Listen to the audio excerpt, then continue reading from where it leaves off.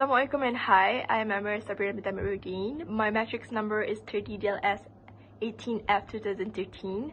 So today I would like to present about the Uber whistleblower, which is Susan Fowler. So first I would like to talk about the definition of whistleblower. So whistleblower is basically a person who exposes secretive information that is deemed illegal and unethical within a private or public organization. So first, I would like to introduce to you who is the real Susan Fowler. So basically, she is an American writer and software engineer, and she is known for her role in influencing institutional changes in how Uber and Silicon Valley companies treat sexual harassment. So before she worked at Uber company, she worked at two technology startup companies. So about the case of Susan Fowler. So basically on the February 20, 2017, former Uber engineer Susan Fowler stated that she was subjected to sexual harassment by a manager and subsequently threatened with termination of employment by another manager if she continued to report about the incident. And then in February 2017, she wrote a 3,000-word blog post on sexual harassment that she faced at Uber while working at Uber company. And then her post outlined a hostile work culture for female employees at Uber. And she encountered how the company's human resources refused to punish her former manager who had propositioned her for sex based on his productivity. And the story was shared 22,000 times on Twitter, and external probes confirmed her account and led to multiple firings.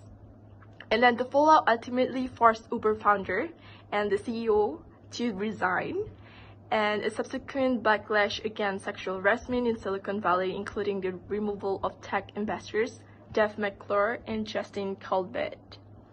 So Fowler's role in changing Uber made her into business world celebrity. She has received book and Hollywood film deals and continues to work towards legislation and workplace protections for women.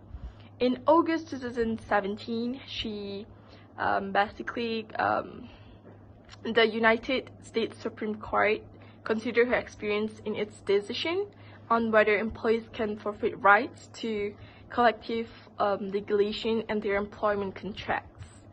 And then Fowler was one of 5 women featured on the cover of Time magazine's Person of the Year issue 2017 as representative of silent breakers for reporting on the sexual harassment she experienced at Uber. She was also named Financial Times Person of the Year by the British business newspaper Financial Times. Bismillahirrahmanirrahim. Assalamualaikum. My name is Intan Nushadia binti Azani alias Amy, and my matrix number is 13DLS 18F 2005. And today I would like to present about consequences from Susan Fowler's case. It can be divided into 3 perspectives, which is to Susan, to company, and to society. First, let's talk about the consequences that Susan faced. First, she does not feel safe, which is from the article that I have read. The company of manager said they do not feel comfortable punishing them. They given them a extreme warning. It is mean the manager do not punish her but give her a warning only. And she also can't transfer to another department because her manager had blocked her from to transfer to another department, so he could earn kudos for having women on his team. Other than that, Uber banned Susan when Susan tried to sign up, which is she can't to try and sign up because they say they can't to complete her registration. And then second, the consequences that company faced is Uber that was occurring at the time in the criticism section on Uber's Wikipedia page now include 21 separate items. Then Uber revealed there had been 117 customers report by English-speaking user with a legitimate claim sexual assault between December 2020 and August 2015. Uber concluded that the company culture was broken and advised improved HR training and between complaint tracking procedure.